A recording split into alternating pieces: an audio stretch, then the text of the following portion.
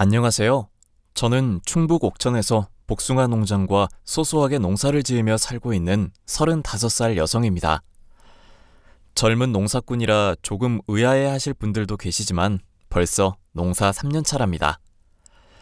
제가 농사를 짓게 된 계기는 전 남편과 이혼하면서예요. 어릴 적 부모님을 모두 여의고 고아였던 저에게 남편은 담비 같은 존재였습니다. 고등학교 시절 처음 만난 남편은 활달한 성격 탓에 주변에 항상 사람이 많았어요. 반면에 저는 부모님이 일찍 사고로 돌아가시는 바람에 부모님이 남겨주신 약간의 재산으로 버티고 있던 상황이었습니다. 보살핌을 받을 나이에 오롯이 혼자 살아가야 했던 저는 은둔형 외톨이라는 말이 어울리는 사람이었죠. 그런 저에게 스스럼 없이 다가와준 사람이 바로 남편이고 남편 덕분에 세상에 발을 디딜 수 있었답니다.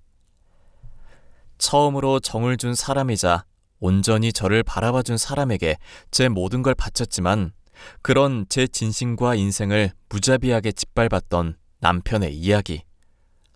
궁금하시죠? 지금 바로 시작하겠습니다. 하정아, 나 다음 달에 군대 가. 신검 통지도 늦게 받고 너한테 언제 말할지 고민하다가 이제서야 말하네. 다음 달이라고? 갑자기 군대라니. 너 없이 나 어떻게 사니? 에이, 나 없어도 잘 살잖아. 우리 하정이 학교에서 인기가 얼마나 많은데. 무슨 인기야. 암만 그래도 너 없으면 안고 없는 찐빵 소리 듣는데. 그래봤자 2년이야. 시간 금방 가니까 너무 슬퍼하지 마. 나 복학생이라고 나중에 모른 체 하면 안 된다. 내가 널 왜 모른 체 하냐? 자식 군대 보내는 느낌이 이런 건가 싶다. 그렇게 슬프냐? 상혁이한테 말 잘해놨으니까 밤늦은 시간에 돌아다니지 말고 학교에서 늦게 끝나면 상혁이랑 집에 가. 어차피 같은 방향이잖아. 신경 써줘서 고마워. 그나저나 어머님도 많이 슬퍼하시겠네. 말도 마라. 엄마랑 할머니랑 난리도 아니셔. 우리 엄마 아들 사랑 유별난 거 알지? 아유, 내가 달래느라 진땀 뺐어. 나도 자주 찾아뵐게. 어머니 안 심심하게. 할머니도 뵙고 싶은데 생각날 때마다 가야겠다. 옛날부터 생각했지만 하정이 너는 참 정이 많은 것 같아. 너 같은 며느리 두면 우리 엄마도 좋아하겠다. 야, 너도 얼른 연애해. 내가 연애를? 사람이 있어야 연애를 하든 말든 하지. 내 연애 관심 끄고 너 할 일이나 하셔. 상혁이도 있고 주변에 잘 찾아봐. 나 수연이랑 만나면서 완전 개과천선한 거 알지? 너도 좋은 사람 만나길 바란다. 일단 알았어. 가기 전에 밥 한 끼 하고 술 한잔 하는 거 잊지 마라. 이별주는 해야 할 거 아냐. 알았어. 시간 비워둘게. 다시 연락할게. 위에서도 언급했듯이 고등학교 1학년이던 시절에 남편은 저에게 손을 내밀었습니다. 전교에서 친구 하나 없고 혼자만 다니던 저에게 스스럼 없이 다가와 준 것을 계기로 저희는 둘도 없는 단짝이 되었죠. 알고 보니 사는 집도 바로 근처였고 맨날 붙어 있다시피 하다 보니 가까워졌어요. 다만 제가 늘 가지고 있던 자격지심 덕분에 친구 그 이상의 거리는 좁혀지지 않았고 답답한 관계가 되었습니다. 제가 남편에 대해 좋아하는 마음을 갖고 있어도 제 처지가 좋지 않기 때문에 일부러 감정을 억눌렀다고 하면 맞는 말이겠네요. 그렇게 열심히 공부해서 남편과 같은 대학교에 입학했고 장학금을 받으며 어렵사리 생활을 이어나갔습니다. 그러다 대학교 3학년이던 시절 남편이 군대를 가게 되면서 다시금 남편에 대한 제 마음을 깨닫게 된 거죠. 남편이 전역하던 시기엔 제가 졸업과 동시에 취업을 한 상태라 저는 직장인, 남편은 복학생 신분이었습니다. 하정아, 사회생활 안 힘드냐? 와, 난 전역하니까 진짜 살 것 같아. 앞으로 1년만 더 다니면 졸업인데 왜 이렇게 힘들지? 원래 마지막이 제일 힘든 법이지. 논문도 써야 하고 이리저리 정신없을 건데 힘든 거 있으면 말해. 내가 얼마든지 도와줄게. 역시 우리 든든한 하정이. 내가 이래서 버틴다니까. 실없는 소리 하지 말고. 그나저나 어머님이 저번에 너 사법고시 보기하라고 설득 좀 해보라시던데 아직도 고집 안 굳혔어? 엄마가 너한테까지 그랬어? 아니, 사법고시 얼마나 걸릴 줄 알고 그거에 목매고 있냐고. 그냥 빨리 회사 들어가서 돈 벌고 싶다는데 굳이 보라고 하시네? 나도 어머님 생각이랑 비슷해. 회사 들어가서 돈 버는 것도 좋은데 이름 좋은 대학 법대까지 나왔는데 그래도 한 번쯤은 시도해볼 만하잖아. 나이가 많은 것도 아니고 한 살이라도 어릴 때 시도해보는 건 어떤데? 아니, 너까지 그렇게 말하면 내가 할 말이 없다. 사법고시가 쉬운 것도 아니고 솔직히 무서워. 이왕 하는 거 시도라도 해봐. 도와줄 수 있는 건 내가 얼마든지 해줄 테니까. 너 그나저나 요즘 수연 씨 안 만나? 김수연? 말도 마. 걔랑 헤어진 지 오래야. 내가 말을 안 해서 그렇지. 나 군대 가자마자 보란 듯이 딴 남자 만나더라. 그래서 바로 헤어졌지. 아이고, 잘하는 짓이다. 아무튼 연애는 잠시 쉬고 사법고시 준비나 해봅시다. 저희는 이름 대면 모두가 알만한 유명한 대학을 나왔습니다. 저는 경영학과, 남편은 법학과였죠. 그런 아들이 사법고시를 만류하고 평범한 회사에서 재능을 낭비한다는데 부모 속은 오죽했을까요? 아들 사랑 유별났던 시어머니는 저에게까지 연락하셔서는 남편을 설득해보라고 난리셨죠. 그런 부탁을 또 거절할 수 없던 저는 남편을 몇 날 며칠 붙잡고서는 사법고시를 보자며 설득시키기 바빴습니다. 결국 남편은 사법고시 준비를 하기 시작했고 노량진에 있는 기숙학원에 들어갔습니다. 주말마다 남편에게 찾아가 온갖 좋은 건 다 해먹이면서 지극정성으로 뒷바라지했어요. 사귀는 사이가 아닌데도 언젠가 잘 되리라는 일념 하나로 당연하게 도와줬던 것 같네요. 그러다 남편이 공부하다 힘들다면서 술을 한 잔 사달라는 겁니다. 한참을 이런저런 넋두리와 하소연을 들어주다 보니 저도 모르게 그동안 감춰왔던 마음을 고백했고 그날 계기로 저희는 연인 사이로 발전하게 됐어요.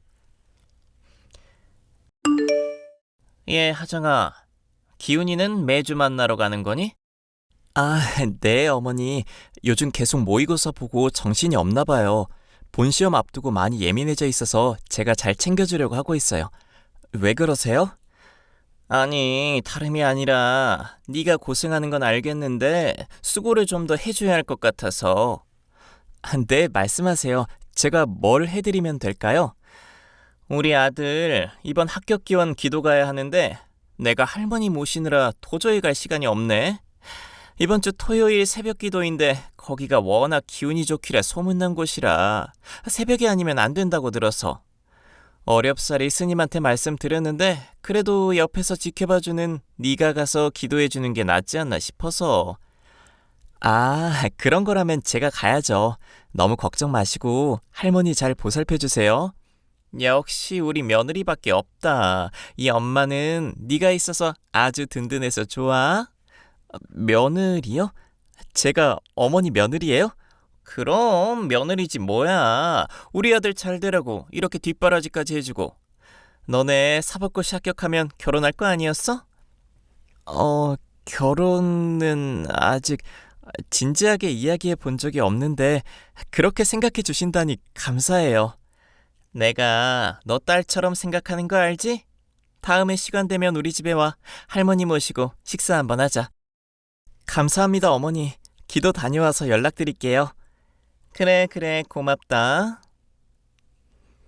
그렇게 처음 준비한 사법고시에서 당당하게 낙방하고 남편은 큰 시리에 빠졌어요.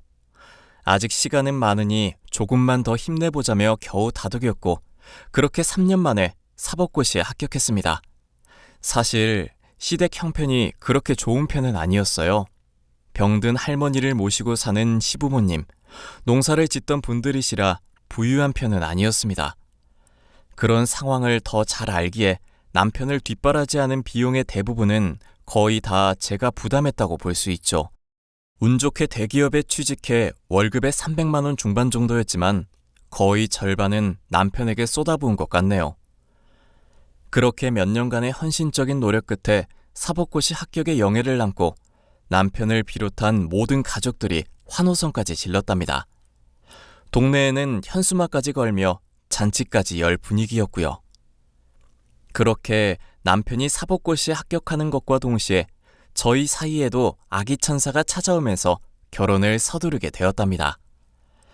결혼식은 아이를 낳고 하기로 했고 혼인신고를 먼저 하고 동거를 하게 되었죠. 하지만 제 불행은 바로 여기서부터 시작되었던 것 같아요. 아이까지 생겨 매일매일 행복한 생각을 하며 지냈는데 남편은 회사 일이 바쁘다는 이유로 외출과 외박이 잦았습니다. 자기야, 오늘도 늦어? 로펌 입사한 지 얼마 안 돼서 바쁜 거 당신도 알잖아. 알면서 뭘 물어? 아니, 그게 아니라 오늘 같이 저녁 먹자고 했잖아. 당신이 고기 사준다고. 아, 맞다. 그랬었지? 근데 어떡하지? 나 중요한 미팅이 있어서. 자기, 신입 변호사인데 일이 그렇게 많아?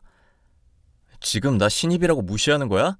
변호사 자체가 일이 많은 직업이라고. 당신이 회사 생활만 해봐서 그러는데 일반 회사랑은 달라. 뭘 알고나 물어보던가 해. 난 잘 모르지. 그렇게 바쁜 줄 몰랐어. 기분 나빴다면 미안해. 그럴 수 있지. 다음부턴 그러지 마. 고기는 다음에 먹자. 나 선배가 불러서 가봐야 해. 너무 고생하는데 내가 몰라줬나 보네. 밥 잘 챙겨 먹고. 알겠어. 나 봐야 할 서류들도 많아서 아마 오늘 못 들어가지 싶어. 당직실에서 자면 되니까 너무 걱정 말고. 알겠어. 내일 연락해. 고생하고.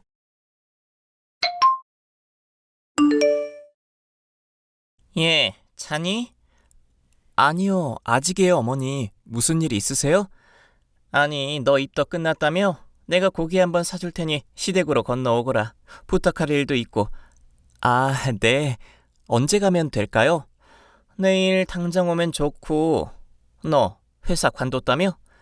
네네. 그이가 관두라고 해서요. 배도 불러오는데 아이한테 무리 갈 거라고. 회사 관두고 재택근무할 수 있는 거 알아보라고 하네요. 그래, 그러는 게 좋지.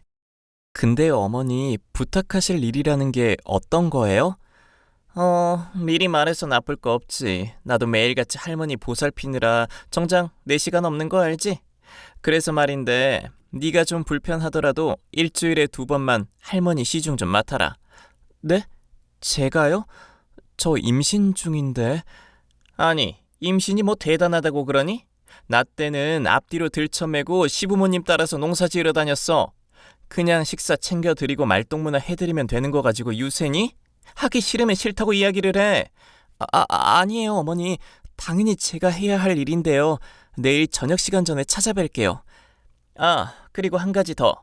너 이번에 회사하면 퇴직금 얼마나 나온다니? 그래도 제법 연차 있으니까 액수는 상당할 거 아니야? 네. 한 3천만 원 정도 나오네요. 아직 입금은 안 됐어요. 왜? 원래 바로바로 주는 거 아니니? 급전 필요해서 부탁 좀 하려 했더니. 그게 회사 정산하는 일정이 월말인데 제가 중순에 퇴사를 해서 처리가 조금 늦어진다고 했어요. 못 받는 건 아니니까 뭐. 근데 급전이 왜 필요하세요? 네가 그것까진 알 거 없고. 수중에 돈은 얼마나 있니? 내가 다음 주까지 기다릴 시간이 없어서 그러니까 돈 있으면 3천만 원만 보내보려. 네? 갑자기요? 한두 달 있다가 돌려줄 돈이야. 그리고 가족인데 못 믿어? 평생 안 보고 살 것도 아닌데 못 빌려줄 거 없잖아. 돈 갚을 테니까 있는 돈 보내봐. 어머니, 갑자기 큰 돈은 저도 난감해요. 물론 모아둔 돈이 있긴 하지만. 결혼 후 달라진 점이 있다면 바로 시어머니의 태도였어요. 며느리가 생겼다는 이유만으로 어떻게든 저를 부려먹으려 하셨습니다. 다정다감하고 쾌활했던 첫인상이 무색할 정도로 시어머니는 상당히 계산적이고 이중적인 사람이었죠. 임신 중인 저에게 시할머니의 간병을 자처하라고 하질 않나 처음에 일주일에 한두 번은 간단히 식사만 챙겨드리는 걸로 하고 크게 어려운 게 없었습니다. 하지만 시간이 지날수록 저에게 노골적으로 시할머니의 간병을 맡겼고 어느새 당연한 일이 되었죠. 몸도 점점 무거워지는데 날까지 더우니 더욱 미쳐버릴 지경이었습니다. 시어머니가 여러 번 저에게 돈을 부탁하셔서 남편 몰래 드린 돈만 벌써 3천만 원이 넘는데 이번에는 대놓고 3천만 원을 달라고 하시더군요. 아이도 몇 개월 있으면 태어나지 준비할 게 한두 가지가 아닌데 어디다 쓰는지도 모를 돈을 함부로 넘기고 싶지도 않았고요. 제가 한사코 거절하자 시어머니는 제게 모진 말은 물론 패드립까지 성사시키며 저를 괴롭히기 시작하셨어요. 매일같이 신혼집에 오시는 건 물론이거니와 사사건건 살림살이 간섭까지 말이죠. 세아가 이리 좀 와봐라. 냉장고가 이게 뭐니? 반찬이라고는 김치 하나 전부고 너 우리 기훈이 밥이나 잘 챙겨주는 거야? 제가 몸이 많이 무거워졌지만 최대한 잘 챙겨주려고 노력해요. 너무 걱정하지 마세요. 이것 봐. 지난번에 내가 이 그릇 버리라고 했지. 해바라기 있는 걸로 사라니까? 그래야 집안에 복이 들어온다잖아. 다 바꿔놓을게요. 집안 살림이 이 모양이니 우리 귀한 손변호사님은 밥이나 제대로 먹고 다니나 모르겠네. 구내식당에서 점심 몇 끼니 잘 챙겨 먹고 있대요. 조만간 일주일 정도 출장 가야 해서 집 비운다는데 그때 청소도 좀 하려고요. 그러지 말고 우리 집에 와 있어라. 여름인데 친구들이 하도 여행을 가자길래 이번에는 안 갈 수가 없어서 네가 좀 와 있어야겠다. 어머니, 저 몸이 불편한데요? 야, 그깟 임신이 뭐라고 진짜. 내가 이래서 근본 없는 것들이랑은 상종을 하지 말아야 하는 건데 제가 할 수 있는 최대한으로 노력해 볼게요, 어머니. 저희 걱정은 마시고 모임 잘 다녀오세요. 저는 시어머니가 동창 모임 겸 지방으로 여행을 가셨고 그 사이 시댁에서 지내기로 하고 약간의 짐을 챙겨갔죠. 남편도 회사에서 중요한 미팅이 있다며 홍콩까지 건너가야 해서 일주일 동안 못 볼 거라고 했습니다. 하루 이틀 정도면 된다던 시어머니는 며칠이 지나도 소식이 없었고 일주일째 될 때 어렵게 연락이 닿았습니다. 근데 모임이 아니라 성형수술을 하고 오셨는지 얼굴이며 몸 군데군데 붕대를 감고 계시더라고요. 저도 제 일이라는 게 있는데 시어머니, 시할머니 수발까지 들어야 한다는 현실에 좌절감을 느꼈습니다. 하지만 불행은 한 번에 찾아온다고 했나요? 제 몸속에 자리 잡고 있던 귀한 아이가 결국 하늘나라로 떠나고 말았습니다. 슬픔에 못이 겨워 끼니도 거르고 반송장처럼 지내고 있는데 그때 저에게 위로를 건넨 건 다름 아닌 시할머니였어요. 세아가 많이 힘들지? 아이가 세상의 전부는 아니니까 너무 심려치 마라.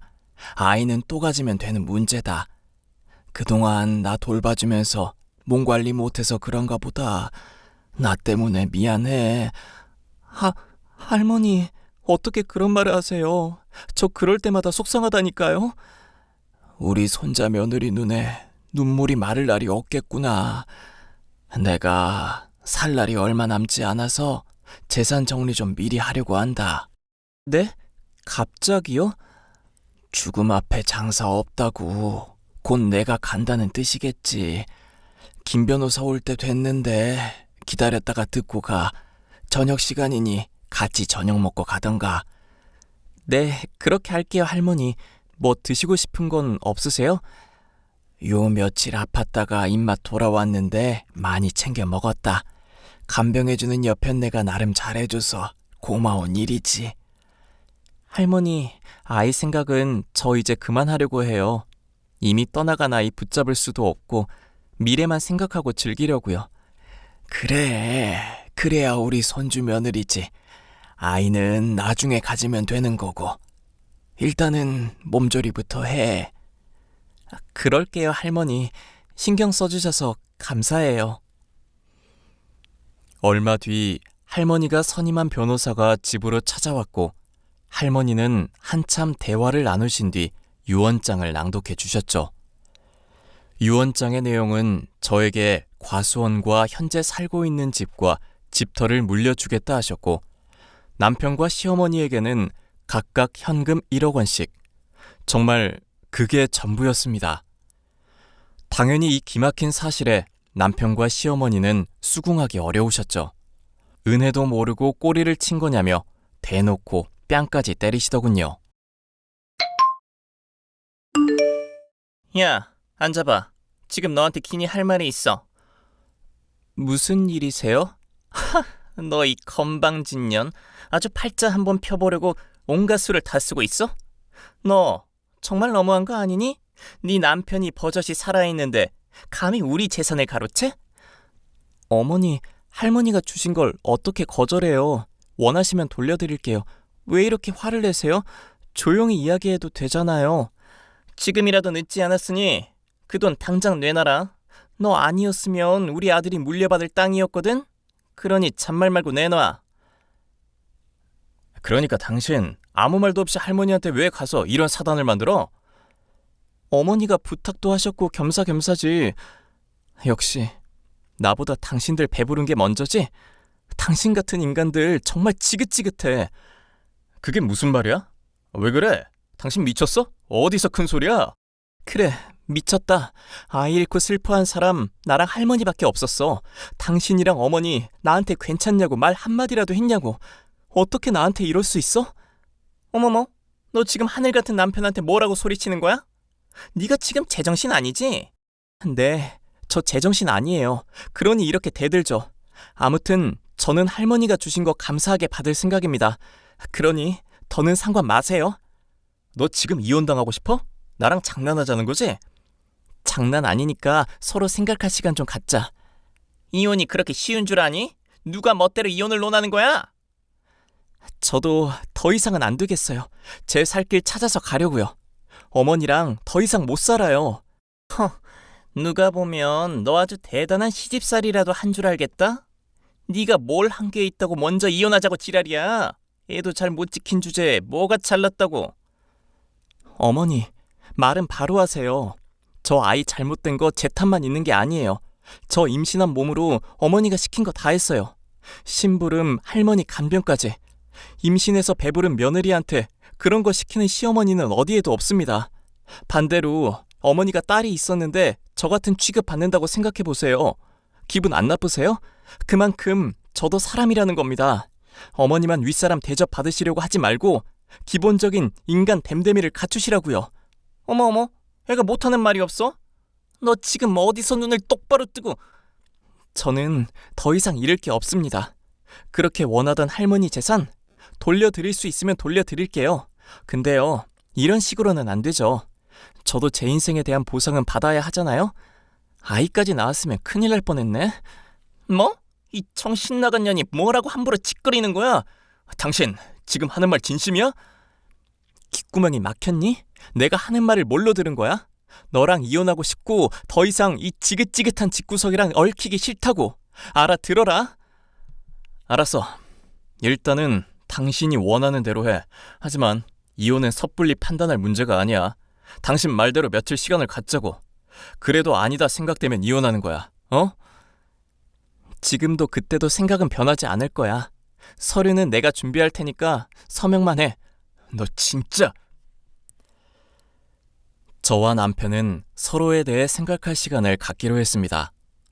몸도 마음도 지쳐있던 저는 집에서 가만히 누워 허공을 보다가 산책도 하다가 그렇게 지냈어요. 적막감만 흐르던 집에 시어머니가 대뜸 찾아오면서 또다시 잔뜩 소란스러워졌죠. 웬일인지 집안 청소를 해주신다며 이리저리 쓸고 닦고 하셨는데 시어머니가 그만 돌이킬 수 없는 강을 건너신 겁니다. 바로 제 친엄마의 유품을 모두 버려버린 게 아니겠어요? 유일하게 남은 제 가죽의 흔적인데 그걸 마음대로 했다는 사실에 저는 분노하고 말았어요. 청소하고 집으로 돌아가신 시어머니께 연락을 드렸습니다.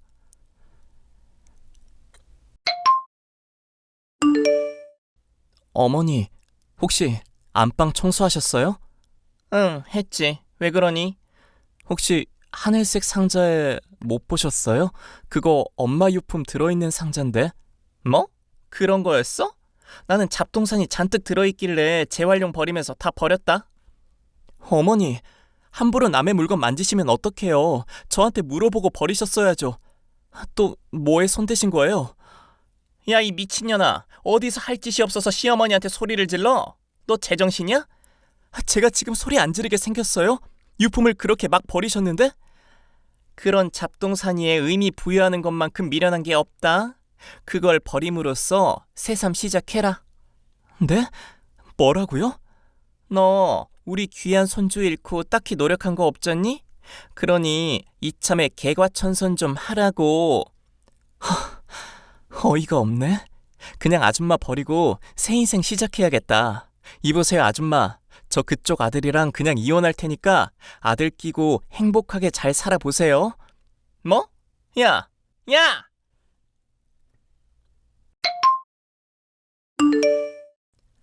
야, 너 우리 엄마한테 뭐라 그랬어? 당장 튀어와서 사과 안 해? 내가 왜? 우리 엄마 유품 마음대로 버리고 아이 잃었을 때도 괜찮다 말 한마디 없던 사람인데? 내가 왜 그래야 하는데? 내가 왜 내 몸 바쳐서까지 당신네 집안에 헌신을 해야 해?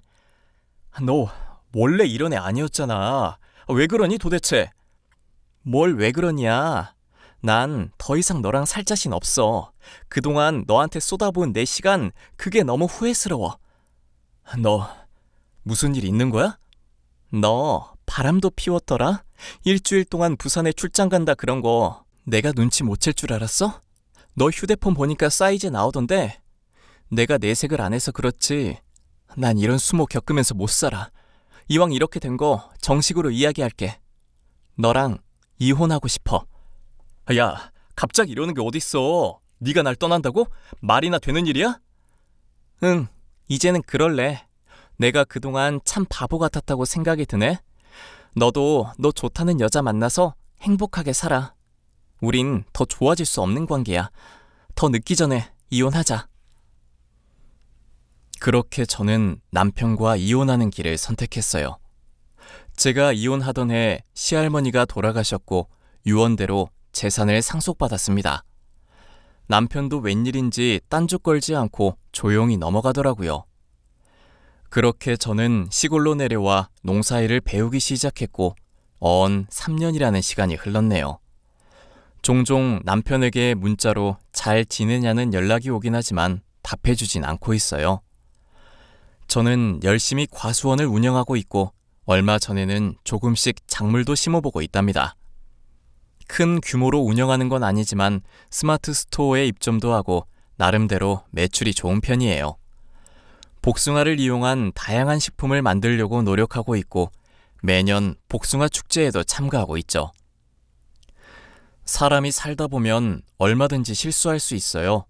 저 역시 인생에서 큰 실수 한 번 하고 그 실수를 잊기 위해 노력하는 중이라고 생각하려고요.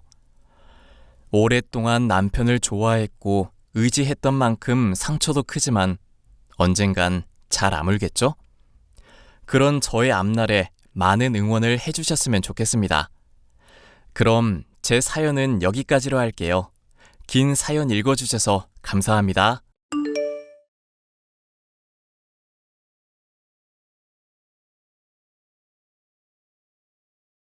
안녕하세요, 구독자 여러분. 구독과 좋아요는 채널 운영에 큰 힘이 됩니다. 안녕하세요. 저는 20대 여자로 평생 살아갈 것이라 생각했던 남편과 이혼을 한 상황입니다. 본인들이 잘못했으니 용서해주고 재결합을 하자고 애원해 오고 있는 시모와 남편이지만 계산적인 데다 거짓말로 저의 인생을 휘두르려는 두 모자에게 신물이 났기에 절대 받아들이지 않을 생각입니다. 뻔뻔하고 염치 없던 모자의 인생에 제가 철퇴를 날린 사연에 대해서 얘기를 해볼까 해요. 야, 내가 분명히 빨래할 때는 수건이랑 옷이랑 따로 분리하라고 했지? 얼굴 닿는 거랑 더러운 거 묻은 거랑 같이 돌리는 거 싫다고 했는데? 그럼 당신이 빨래, 주머니에 수건이랑 옷 같은 거 좀 구분해서 집어넣든가. 그런 것까지 포함해서 신경을 쓰라는 말이잖아. 넌 왜 결혼하기 전에는 안 그러더니 결혼하고 나니까 사람이 말귀를 못 알아먹냐? 내가 말귀를 못 알아먹는다고 생각해? 당신이 뻔뻔한 건 아니고? 살다 살다 내가 뻔뻔하다는 소리를 다 듣네. 회사 다니면서 월급 매달 벌면서 술, 담배 안 하는 남자가 흔한 줄 알아? 대체 너는 뭐가 그렇게 불만인데? 나도 당신이랑 똑같이 맞벌이하고 있는 입장이야. 그런데 집안일 못하겠다고 나한테 다 맡겨대고 있으니 내가 뻔뻔하다 얘기를 하는 거지. 대신 내가 월급을 30만 원 더 벌잖아. 겨우 30만 원 더 벌고 집에서는 손 하나 까딱 안 하잖아. 너 그래도 집안일 하는 거 타이머로 재면 얼추 최저시급이랑 맞아떨어지거든? 30만 원 더 버는 정도면 집에서 손 하나 까딱 안 해도 될 자격 충분하다 생각하는데? 그럼 내가 당신이랑 돈 똑같이 벌면 집안일 안 해도 되는 거야? 내가 돈 더 많이 벌게 되면 당신이 집안일 하는 거고? 애초에 그럴 일도 없지만 네가 돈 더 번다고 해도 그건 아니지. 왜? 왜 또 내가 돈 더 벌면 이야기가 달라지는데? 당신 논리적인 척하면서 은근히 말하는 거 앞뒤가 안 맞는 거 알지? 생각을 해보면 왜 그래야 하는지 잘 알 거야. 나는 회사 사람들하고 회식도 하고 생활 유지하기 위해서 들어가는 에너지가 많잖아. 근데 당신은 요양보호사 일하면서 적당히 노인 얘기나 들어주다가 퇴근하면 그만이고 남는 시간이 많고 효율적으로 일할 수 있는 사람이 당연히 집안일 해야 하는 거 아닌가? 당신 진짜 말이 안 통하는 사람이구나. 이런 식으로 계속 집안일 나한테만 덤터기 씌울 거면 나는 더 이상 못 참아. 가족 상담을 받아서 적절하게 분담하든지 아니면 이혼을 하든지. 이혼 같은 소리 하고 있네. 야, 우리 이제 결혼한 지 1년 됐어. 친척이며 가족들 어떻게 보려고 그딴 소리를 짓거리고 있어? 남편은 자신이 손해보는 것은 죽어라 싫어하고 어떻게든 제가 고생을 해야만 본인이 결혼을 잘한 줄 아는 사람이었습니다. 결혼 전만 하더라도 제가 하는 말은 다 맞다고 끄덕여주고 호응해주던 사람이 이렇게까지 변할 줄은 전혀 예상하지 못했었는데요. 이런 남편 때문에도 이혼이라는 단어를 자주 거론하던 저였지만 그걸 진짜 실천하고 싶게 만드는 것에는 시어머니의 역할도 컸습니다. 내가 오늘 길수한테 얘기 다 들었다. 너 집안일 길수한테 어떻게든 떠맡기려고 수를 쓰는 모양인데 작작 좀 하거라. 돈도 적게 버는 애가 어디 남편한테 집안일을 맡기려고 그러니. 어머님, 저도 어지간하면 참고 넘어가려고 했는데 그이가 해도 너무하니까 그러죠. 오죽하면 힘든 거 말하면서 좀 집안일 분담하자고 말을 하겠어요? 차라리 잔소리라도 안 하면 모르겠는데 온갖 참견은 다 하는 게 그이라고요. 하늘 같은 남편이라면서 모시고 살아보거나 말을 해라. 지금 이렇게 시애미한테도 토다는 네 모습 보니 우리 아들한테는 얼마나 심할까 그 걱정밖에 안 드는구나. 저요. 그이 돈 더 잘 번다고 저한테 이득될 거 하나도 없어요. 그이랑 저랑 통장 따로 관리하고 있거든요. 생활비도 각자 나눠서 쓰는 마당인데 그이가 돈 더 번다고 저한테 뭐가 이득이 있는데요? 너희가 그래도 부부 아니냐, 부부. 남편이 잘 나가면 네 인생도 좀 더 편해질 거고 네가 일 그만두고 내조하겠다고 하면 걔가 책임을 안 지겠니? 하여튼 너는 어떻게 된 애가 그렇게 생각이 짧아. 각자가 얼마 정도는 경제력을 길러야 하니까 재산도 나눠 관리하자는 것도 그런 깊은 뜻도 모르고 말이야. 그런 뜻이 있는 줄은 오늘 어머님께 처음 들어 알았네요. 게다가 너 사돈 양반 따라서 주식인가 코인인가도 손대고 있다며 괜히 같이 돈 관리하다가 다 말아먹으면 큰일 나니까 아들이 다 그런 것도 염두에 두고 있는 거다. 주부일이나 열심히 하면 될 것을 뭔 부귀영화를 누리겠다고 그렇게 아등바등하니? 그럼 저는 앞으로 일 그만둬도 된다는 말씀이신가요? 그냥 남편 내조나 열심히 하고요?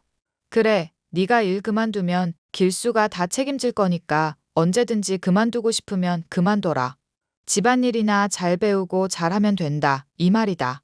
남편의 계산적인 면이나 집안일을 거들지 않는 모습 때문에 지쳐가고 있던 제게 분노한 어머님이 잔소리 중에 일을 관두라는 말은 너무나 달가운 것이었습니다. 이러나 저러나 남편에게 잔소리를 들을 바에는 차라리 고된 요양보호사 일이라도 관두자 싶어 딴소리 나오기 전에 당장 일을 때려치웠죠. 그런데 남편은 이것이 영 달갑지 않은지 제게 왜 일을 관뒀냐면서 화를 내더군요. 너 제정신이냐? 잘 다니고 있는 요양보호사 일을 왜 관둬? 적당히 비리비리한 노인네들 비위만 맞춰주면 되는 그 쉬운 일을 왜 관두냐고. 생활비며 이래저래 나가는 돈들 나 혼자 감당하라 이거야? 당신 열심히 일할 수 있도록 내조하라는 게 어머님 뜻이더라고. 어차피 나 당신보다 돈도 못 버는 처지인데 주부 일하면서 당신이 시키는 일이나 열심히 할까 싶어. 당신도 내가 하는 일 무시했었는데 그 일 더 하고 싶지도 않고 말이야. 여전히 재산 따로 관리하는 건 그대로인 거 알고 있지? 응, 잘 알고 있으니까 나 생활비나 제대로 줘. 한 달에 60만 원이면 충분하지? 당신 지금 무슨 소리를 하는 거야? 우리 식비 기본으로 들어가는 것만 그 정도겠다. 너야말로 무슨 소리를 하는 거야? 내가 그동안은 30만 원씩 냈었는데 네 몫까지 생활비 주겠다는데 그게 불만이라고? 내가 요양보호사 일하면서 노인분들이 주시는 음식이며 식재료 같은 걸로 식비 많이 굳힌 거 말했잖아. 이래저래 선물 받는 거 앞으로 없어질 테니까 당연히 당신이 더 부담해야지. 야, 그냥 너 다시 일 나가라. 짜증나서 못 해먹겠네. 네가 이렇게 하면 돈을 모을 수가 없잖아. 나는 그냥 어머님 뜻대로 주부로 열심히 일할 생각인데? 이러나 저러나 집안일 가지고 당신이 잔소리하는데 그거나 제대로 해보려고. 남편은 어머님이 한 말을 충실히 따르겠다는 저를 다시 일시킬 명분이 없었고 덕분에 저는 조금은 더 살만해지고 숨통이 트인다 싶었죠. 그런데 얼마 지나지 않아 시어머니와 남편은 제게 힘든 부탁을 해왔습니다. 야, 좀 힘든 얘기를 오늘 해야 할 것 같은데. 아무리 생각해도 너밖에 이 일 할 사람이 없어서 부탁 좀 하자. 내가 당뇨며 통풍이며 고혈압이 한 번에 오는 바람에 몸이 안 좋구나. 미안하지만 네가 나랑 같이 살면서 관리를 좀 해줘야겠다. 갑자기 병이 생기시다니 그게 무슨 말씀이세요? 길수 아비가 암으로 죽은 지 지금 딱 5년째 되는 날인데 갑자기 꿈에 나와서 그러더구나. 내가 가기까지는 아직 시간이 남았으니 제대로 관리해서 건강 챙기라고. 그래서 병원 가서 건강검진 받아봤더니 몸이 이렇게 망가져 있다는 걸 알았지 뭐니. 네가 수고롭겠지만 합가해서 나 좀 돌봐주도록 해야겠다. 너무 갑작스러운데요, 어머님. 그렇게 아프시면 또 전문가를 쓰는 게 맞기도 하고요. 당신이 요양보호사로 얼마 전까지 일했는데 달리 전문가를 왜 찾아? 돈도 엄청 깨질 테고 믿고 엄마 맡기기도 꺼림칙한데. 차라리 당신이 나서서 엄마도 돌봐주고 합가해서 집안일도 좀 대신 해주는 게 맞지. 어차피 집이 좁아서 네가 합가한다고 해도 그렇게 집안일 하면서 불편할 일은 없을 거다. 집이 좁으면 저랑 어머님이랑 그이 다 같이 지내기가 어렵지 않을까요? 그게 뭔 말도 안 되는 소리냐. 제발 생각이라는 걸 좀 하고 말하거라. 집안일 너끈히 할 만큼 좁다고 했지. 다 같이 지낼 수 없을 정도로 좁다고 했니? 언제 죽을지 모르니 돌봐달라고 주장하는 시어머니의 합과 재촉에 남편까지도 거들고 나서니 이건 답이 없는 상황이었죠.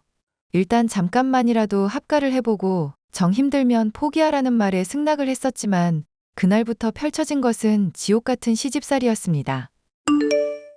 너 내가 시금치 깨끗하게 안 씻으면 흙냄새 난다고 주의 줬니 안 줬니?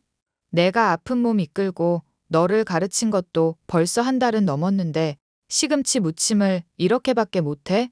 청소며 빨래며 내가 가르쳐준 건 일부러 반대로 하나 싶을 정도로 실수투성이니 미치겠구나. 시엠이 말을 무시하는 거냐? 아니면 네가 멍청한 거냐? 대답해보거라. 어머님, 잘 씻고 있었는데 그만하면 됐다고 하신 걸로 시금치 무친 건데요. 너무 팍팍 씻으면 씹는 맛이 떨어진다고 하셨거든요. 이게 어디서 또 말대꾸야. 내가 몸이 아프다고 시애미로도 이제 안 보이는 거냐?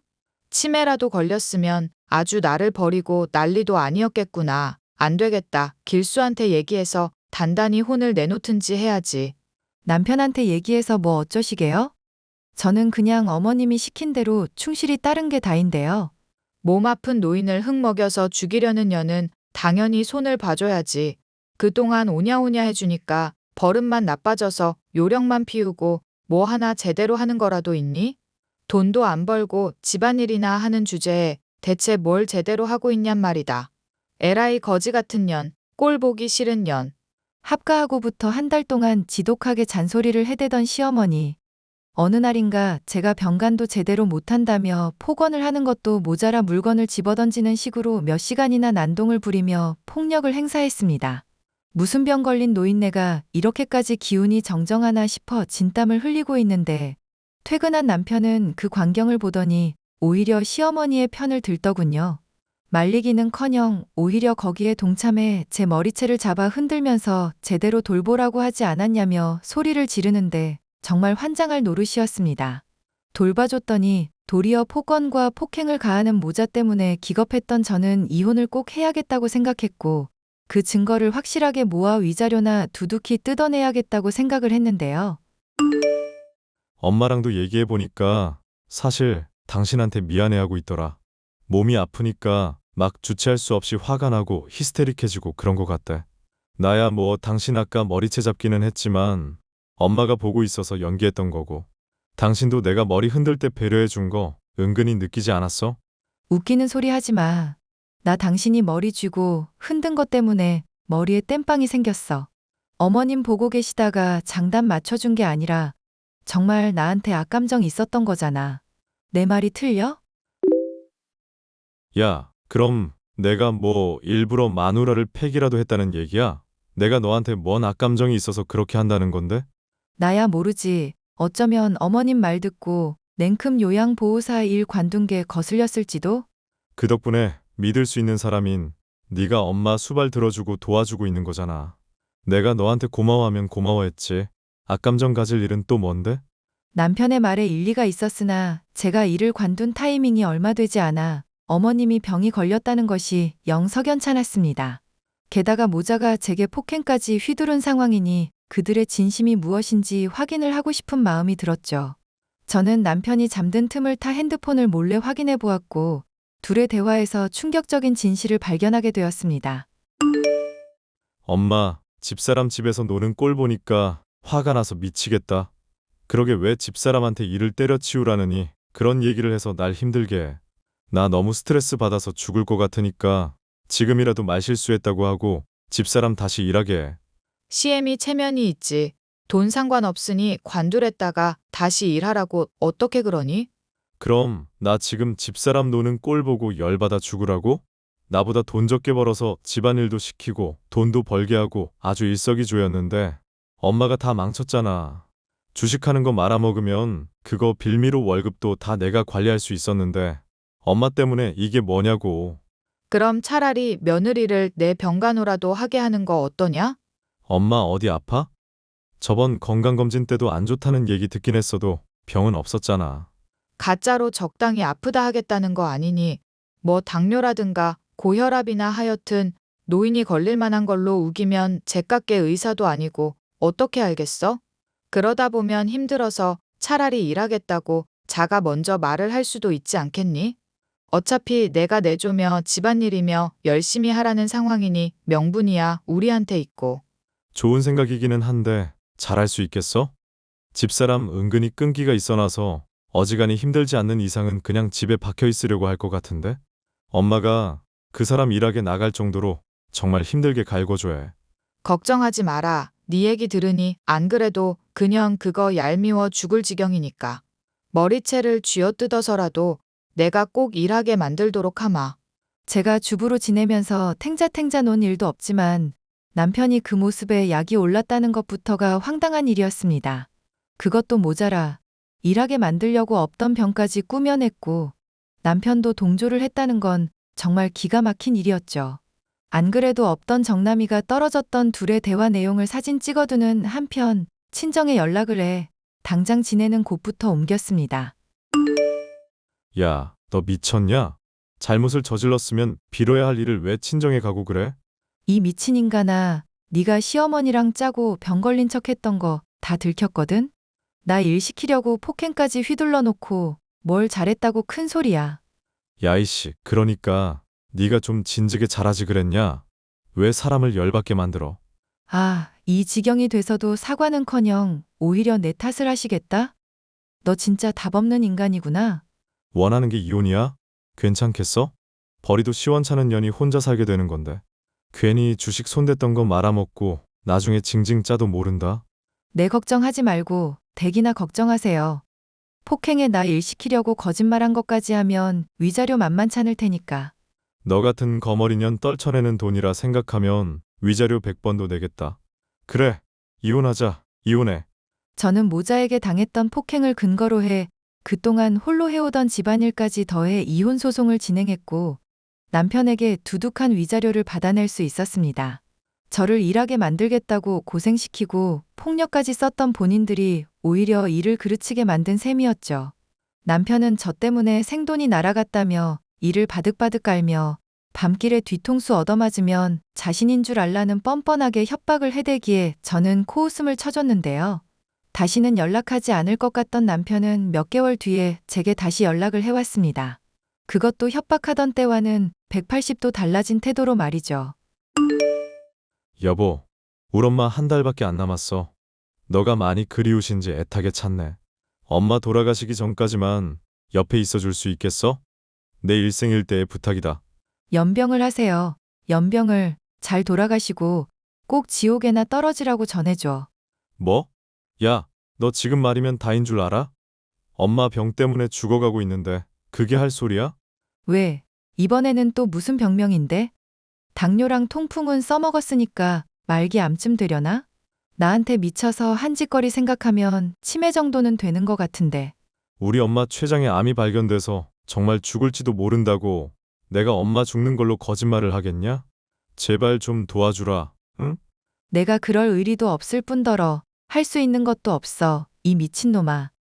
암이면 병원 가서 조용히 죽을 날 기다리면서 주변 정리나 하라 하세요. 엄마 아파서 어제도 새벽 내내 나 잠 한숨도 못 잤다고. 나 지금 사는 게 하루하루가 지옥이야. 너까지 이러면 나 정말 미친다. 위자료에 엄마 치료비 때문에 대출까지 했는데 그것도 다 떨어졌어. 너가 이러면 나보고 죽으라는 소리나 다름없다고. 나는 당신이랑 결혼한 내내 지옥이었어. 이제야 탈출했는데 내 발로 그 지옥을 들어가라고? 당신도 치매 걸렸나 본데 병원 가서 한번 검사 받아봐. 꼭. 여보, 우리 그래도 좋았던 기억이 있잖아. 제발 한 번만 도와달라고. 여보는 무슨. 헛소리도 아주 풍년이네. 꺼지세요. 아니다. 내가 차단할게. 여보, 나 좀 살려달라고. 병을 위장해 절 고생시키려던 모자에게는 큰 불행이 닥치게 되었으니 정말 세상에 업보라는 게 있기는 한 모양이구나 신기해서 한동안 가족과 그걸로 얘기를 나누기도 했는데요. 얼마 지나지 않아 장례식의 비용을 빌려달라는 전 남편의 문자도 왔지만 자업자득이라 생각했기 때문에 그냥 무시해줬습니다. 관뒀던 요양보호사 일을 다시 시작한 저는 전 남편이 무시했던 주식이 많이 오른 덕분에 오히려 열심히 일할 때보다 더 자금이 풍족해진 상황인데요. 장성한 딸이 이혼까지 하게 된 마당이라 눈치가 보이기는 하지만 당분간은 부모님과 함께 지낼 생각입니다. 앞으로 또 어떤 사람을 만나게 될지는 모르겠지만 막장인 모자 덕에 제대로 예방주사를 맞았으니 괜찮을 거라 기대해 보려고요. 사연 끝까지 들어주셔서 감사해요.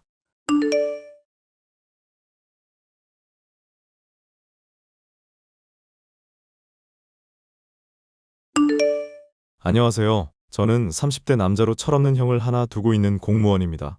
얼굴이 잘생긴 형은 어릴 적부터 사람들에게 인기가 많았고 외모가 평범한 편인 저와 늘 비교 대상이 되고는 했는데요.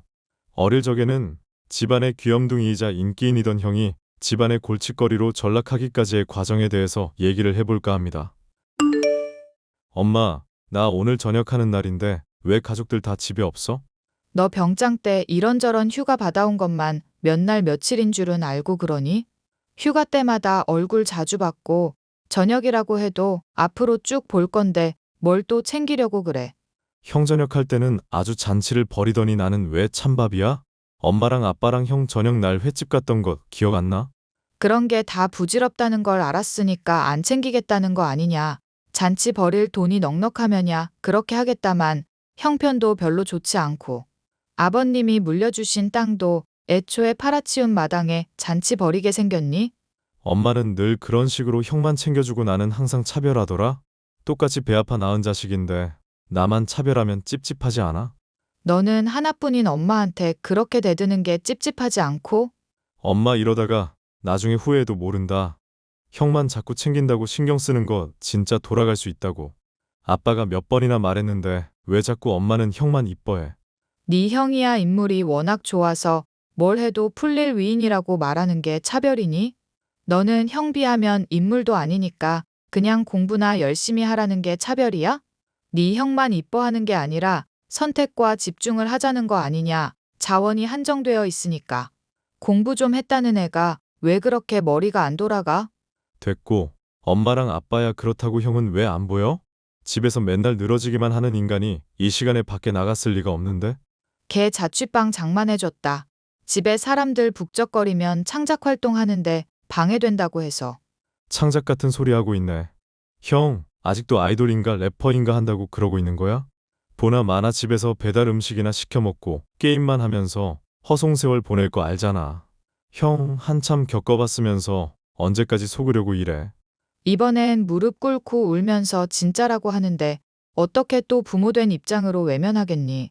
네 형 정신 차리겠다고 했고 정말로 각 제대로 잡고 도전해 볼 거라고 하더구나. 딱 2년만 기다려달라고 하는데 군대 갔다 와서 그런지 철이 든 것 같더라고. 그래서 자취방 장만해 줬다는 거구나. 안 되겠다. 내가 그 인간한테 가서 당장 철회하라고 말할게. 안 돼, 이거사. 네 형 수술한 지 얼마 안 돼서 괜히 스트레스 받고 그러면 회복이 안 좋아. 형이 뭔 수술을 받았는데? 얘기 못 들었는데 어디 다치기라도 했어? 다친 게 아니라 걔가 쌍꺼풀이 한쪽만 있잖니. 아무래도 그게 좀 찝찝하다고 해서 시술 좀 받게 해줬다. 성형하는데 쓸 돈 있으면 둘째 아들 횟집 한 번쯤은 데려가겠다. 혹시 쌍꺼풀이 전부야? 쌍꺼풀 끝나면 코도 조금 높이겠다고 하는데 그것만 하면 완벽할 것 같더구나. 또 같은 병원에서 하면 할인도 해준다고 하니 이만한 기회도 없다 싶고. 아, 진짜 내가 못 산다. 못 살아. 이 집에서 더러워서 내가 독립하든지 해야겠네. 저와 형 모두에게 공평한 아빠와 달리 엄마는 잘생긴 형을 편애했었는데요. 나이에 비해서 철이 없는 엄마였던지라 공공연히 손님들 앞에서 형과 저의 외모를 비교하는 것도 모자라 평상시에도 형이 더 자신의 취향인 외모라면서 저를 차별하곤 했었습니다. 그런 엄마를 닮아 형도 철이 없기로는 끝을 모를 사람이었죠. 야, 이 자식아. 저녁을 했으면 형님한테 연락해야 할 거 아냐. 엄마랑 대판 싸우고 집 나갔다며. 너 대체 무슨 생각으로 그러냐? 공무원 공부하겠다고 말하고 집 나간 건데 아빠한테도 이미 허락받은 일이고. 아니, 엄마한테 따지면서 집에 못 있겠다고 그랬다며. 나처럼 자취하고 싶어서 공무원 시험 핑계 대는 건 아니고. 자취하고 싶은 건 맞는데 공무원 시험을 치겠다는 건 진심이야. 그래서 대학까지 복학 안 하려고 하는 거잖아. 그러다가 떨어지기라도 하면 어떡하려고 그러냐? 너는 왜 그렇게 뒤뒤를 생각 안 하고 지르고 보는 건지 모르겠다. 아이돌 하겠다고 댄스 학원에 보컬 학원으로 1,000만 원 넘게 날려먹은 형이 할 소리야. 지금은 또 래퍼인가 한다고 클럽이나 다니고 자취한답시고 게임만 하면서 시간 보내는 거 훤히 보이는데? 맞기 싫으면 정신 차리고 미친 소리는 자제하자 동생아. 혈육이라도 거슬리면 패고 깽값 무는 게 내 스타일인 거 알고 있지? 안 그래도 너 술 퍼마시고 깽값 물어준 것만 아니었어도 우리 가족 건물 한 채는 있었겠다. 나보고 정신 차리라고 하지 말고 너나 정신 차려. 이게 형님한테 너너거리고 앉았네? 미쳤냐? 내가 연락할 때 안 받고 있다가 너 편할 때 연락하는 것도 이제 좀 그만하고. 똑같이 군대 갔다 왔는데 넌 왜 그렇게 철이 안 들어? 래퍼 한다는 거 진심이긴 한 거야? 내가 연락하는 건 내 스타일이니까 신경 끄시고 래퍼는 당연히 진심이니까 하려는 거지. 내가 가족한테 거짓말을 해서 뭐하게? 그럼 작업물이라도 보여주든가 싹수 있는지 아닌지 드러나 보게. 하나 완성된 거 있는데 들어볼래? 듣고 괜찮으면 나 진심으로 응원해주기. 콜? 래퍼를 하겠다는 형으로부터 저는 작업물을 들을 수 있었고 정말 깜짝 놀랐습니다. 평소 음악을 즐겨 듣는 편은 아니지만 세련된 멜로디의 비트에 얹어진 형의 랩은 꽤 그럴듯했기 때문이죠. 그런데 어째 귀에 많이 익숙한 감이 있어서 기억을 곱씹어 보다 보니 가사를 조금 바꾸었을 뿐 기존의 곡을 완전히 따라했을 뿐인 노래였습니다. 야이씨, 미친 인간아. 작업했다는 곡이 표절곡이냐? 장난쳐? 가사만 바꿨지. 유행하던 노래 그냥 다 따라했네. 동생 그래도 완전 귀가 막귀는 아닌가 보다? 그걸 다 알아차리고. 재아가, 아니, 형, 언제까지 그러고 살래? 제발 정신 좀 차리자. 지금처럼 편하게 자기 하고 싶은 거 사는 시간이 언제까지일 것 같아? 아빠 곧 정년퇴직하시면 집안에 돈 벌 사람이라곤 형이랑 나밖에 없잖아. 그때 가서도 이렇게 랩하겠다면서 시간이나 허비하고 있을래? 언제까지 술 퍼마시고 클럽이나 다니면서 인생을 막 살 거냐고. 내가 술 퍼마시면서 클럽 다니는 건 또 어떻게 알았냐? 너 나 스토킹하냐? 사생팬인 줄. SNS에 맨날 자랑질한다고 사진을 올리는데 모르겠냐? 이 미친놈아? 아빠 알면 또 난리 나고 스트레스만 받으실 것 같아서 내가 참아줄 때 자중해. 오케이, 자중할 테니까 형님한테 그럼 공연비 좀 줘라. 내가 그래도 내 랩 들려줬는데 정산을 좀 해줘야 할 거 아니냐. 정상 같은 소리 하고 있네. 표절 노래 때문에 귀가 썩는 줄 알았구만. 돈 왜 필요한지 용건이나 말해. 아, 사실 친구한테 오토바이 빌려서 몰고 가다가 사고를 좀 내는 바람에 치료비랑 수리비가 조금 깨질 것 같네. 그럼 형 다친 거야? 성형 수술했다더니 그건 문제 없고? 아, 내가 다친 건 아니고 애가 다쳤어. 그래서 합의금이 좀 필요할 것 같네. 오토바이를 몰다가 애가 다쳤다고? 응, 나름대로 돈 벌어보려고 배달 알바 시작했었는데 이게 신호 걸리면 딜레이가 엄청나거든.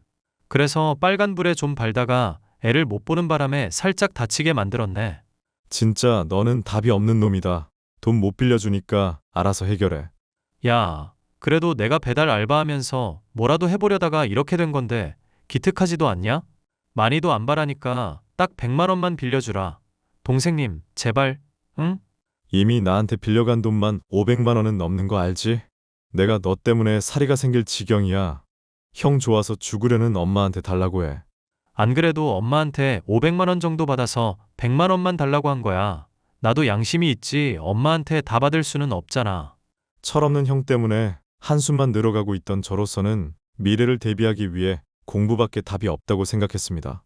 군대를 가기 전만 하더라도 의린이 가족애니 하는 형의 말에 깜빡 속아 돈도 많이 빌려줬었던 저였지만 차츰 형의 실체를 알게 되었고 떼인 돈도 늘어만 갔으니 마음에서 거리를 두고 있었죠. 열심히 공부한 덕분인지 저는 1년 반 정도의 시간을 투자한 결과 공무원이 될 수 있었는데요. 아이고, 그래. 우리 기특한 둘째. 공무원 시험 합격했다는 소식 듣고 엄마가 그 자리에서 펑펑 운 거 알지? 너무 기특해서 가족 다 같이 데리고 횟집 좀 갈까 하는데 시간 괜찮니, 아들? 시간이야 괜찮은데 엄마가 웬일이야? 엄마 내가 뭐 잘했다고 이렇게 챙겨주는 사람 아니잖아. 나야 뭐 늘 둘째 생각뿐이지. 네가 아니면 엄마가 어떻게 지금까지 안심하면서 살아왔겠니? 막말로 재학이 그 녀석이 오죽 엄마 속을 썩여 오냐오냐 해주니까 허구한 날 사고만 치는 그 자식을 내가 언제까지 참아줘야 해. 그게 무슨 말이야? 형 또 사고 쳤어? 너한테는 아무 얘기도 안 했나 보구나. 내가 네 형 생각만 하면 아주 속이 터진다. 속이 터져. 나 요즘 걔한테 얘기도 안 하고 사이도 아주 최악이야. 무슨 일인데? 사람 궁금하게 하지 말고 빨리 말이나 해봐. 걔가 래퍼 한다고 하던 거 계속 실패하니까 얼굴이 못생겨서 그런 거 아닌가 고민하더구나. 나는 아니라고 몇 번을 말했는데도 자꾸 성형해야겠다지 뭐니. 설마 그래서 또 성형하게 한 거야? 광대며 얼굴 라인이며 이마며 입술이며 죄다 갈아엎었다. 그랬더니 이건 뭐 기괴해서 봐줄 수가 없는 얼굴이 됐구나. 본인은 마음에 든다고 하는데 엄마는 너무 과해서 오히려 징그러울 정도지 뭐니. 그럼 형이 사고 쳤다는 게 성형수술 과도하게 했다. 이거라는 거야? 엄마는 그것 때문에 형이랑 요즘 사이가 안 좋은 상황이고? 엄마가 물려준 예쁘고 잘생긴 얼굴을 고집 부려서 갈아엎었는데 당연히 화가 날 일이잖아. 하여튼 재학이 얘기 기분 나쁘니까 더 하지도 말거라. 자기 자식임에도 외모 때문에 더 형을 마음에 들어하던 철없는 엄마. 형이 과도한 성형수술로 인해서 부담스러울 정도로 인공미 넘치는 외모가 되자 갈등이 심해졌고 서로 얘기도 하지 않는 모양이었습니다. 가족의 연락도 잘 받지 않고 공무원 공부에 매진하는 동안 일어난 급격한 변화에 낯선 기분이 들었지만 횟집에서 오랜만에 만난 형의 얼굴만큼은 아니었죠. 동생, 형 얼굴이 그렇게 잘생겼어? 왜 자꾸 오늘 회 먹는 동안 형 얼굴을 제대로 못 쳐다보고 그러냐? 잘생겨서 안 쳐다본 게 아니라 열받아서 그래. 멀쩡한 얼굴 부담스러울 정도로 갈아엎고 쌓인 빚만 얼마냐? 대체 언제 정신 차리려고 그래? 이 자식아. 어쭈, 이게 또 형한테 막말하네? 다 나도 생각이 있어서 수술한 거야. 카메라에 담길 때랑 사람 눈으로 볼 때랑 이게 또 느낌이 다르다고. 눈으로도 카메라로도 부담스러울 것 같은데? 원래 전문가 시선이랑 일반인 시선이랑 다르긴 하지. 어쨌거나 성형외과 코디분이 조금만 더 손보면 진짜 완벽할 것 같다고 하시거든. 그래서 말인데 동생아, 형님 미래에 투자한다 생각하고 딱 500만 원만 더 빌려주라. 그간 빌려준 돈이랑 합치면 깔끔하게 딱 1000만 원. 오케이? 래퍼 하겠다는 거랑 외모랑 무슨 상관인데? 솔직히 말해봐. 너 딱히 래퍼 되고 싶은 마음도 없지? 그냥 화려하고 멋있고 적당히 살아도 돈 많이 벌고 싶고 그런 거잖아. 안 그래? 캬, 이제야 동생이 형님 꿈을 완전히 이해해주네. 빙고. 진지하게 얘기를 하는데 그딴 식으로밖에 대답 못하냐?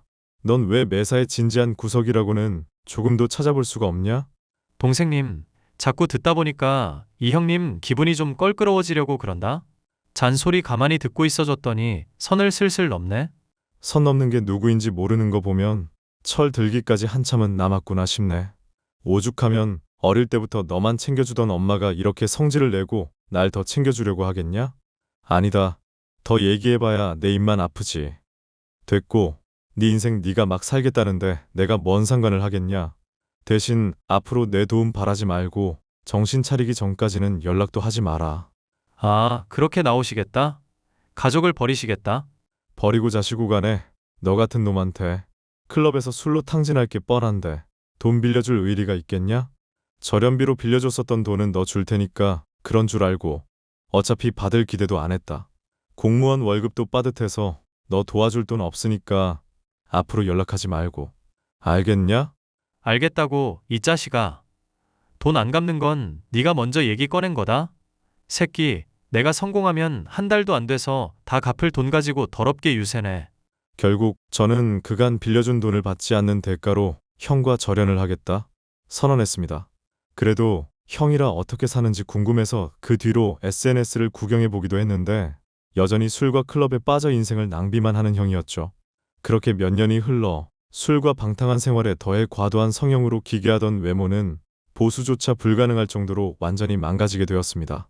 아빠 또한 정년퇴직하게 되어 더는 부모님께 손을 벌릴 수 없게 되자 형은 제게 다시금 연락을 취해오더군요.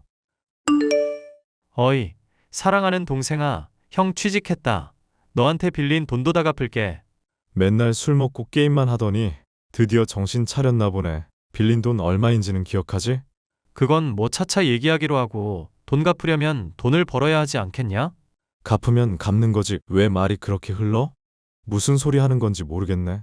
아니, 그러니까 돈을 벌려면 취직한 회사에 잘 보이면서 실적을 올려야 하지 않겠냐는 거지. 그래서 말인데 형님 마지막으로 도와준다 생각하자. 옥장판 5개만 사주라, 동생. 와, 이거 진짜 또라이 아니야? 빚 갚겠다고 해놓고 옥장판을 사달라는 게 뭔 소리래? 빚을 갚으려면 돈을 벌어야 하니까 옥장판을 사달라는 얘기지. 너 공무원 시험은 대체 어떻게 합격했냐?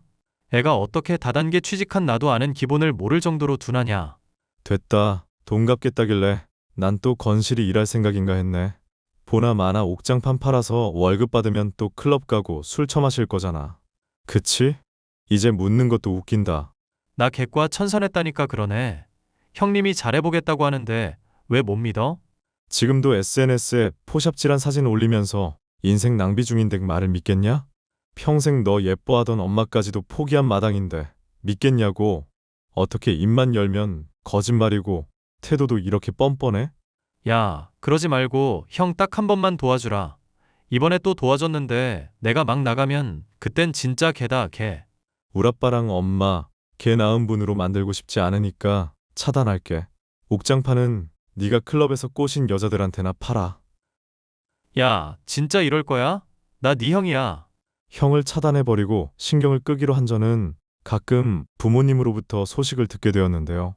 여전히 정신을 못 차리고 래퍼를 하겠다고 하고 옥장판을 팔려고 한다는 말에 한숨만 나올 뿐이네요. 이제는 저를 더 이뻐하고 오냐오냐 하시는 엄마도 실망스럽지만 그보다 몇 배는 더한 인간이 형인지라 가족의 연을 아예 끊고 싶은 심정이네요.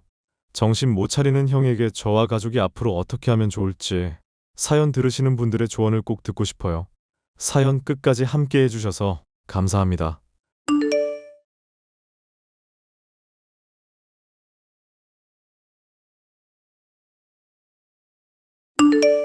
안녕하세요. 저는 서울의 한 대학병원에서 간호사로 근무 중인 33살 여성입니다. 현재는 출산한 지 얼마 되지 않아 휴직 중에 있고요. 아이를 돌보며 예전 일이 생각나 이렇게 글을 쓰게 되었어요. 사실 작년에 정말 드라마에서나 나올 법한 일을 겪었거든요. 어떤 사연인지 궁금해하실 것 같아 바로 사연 시작하겠습니다. 저는 어려서 부모님이 이혼하셨어요. 언젠지 정확히는 기억나지 않지만 아마도 초등학교 입학 전인 것 같습니다. 그 뒤로는 엄마와 단둘이 살았는데 저를 짐짝 취급하셨고 그래서 늘 눈칫밥을 먹으며 외할머니의 보살핌으로 어렵사리 생활했습니다. 그런데 중학교 때 할머니마저 돌아가시면서 저는 철저하게 홀로 지내게 되었어요.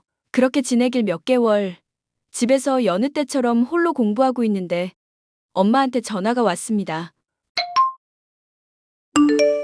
야, 정윤서, 너 집이야? 네, 집이에요. 무슨 일 있으세요?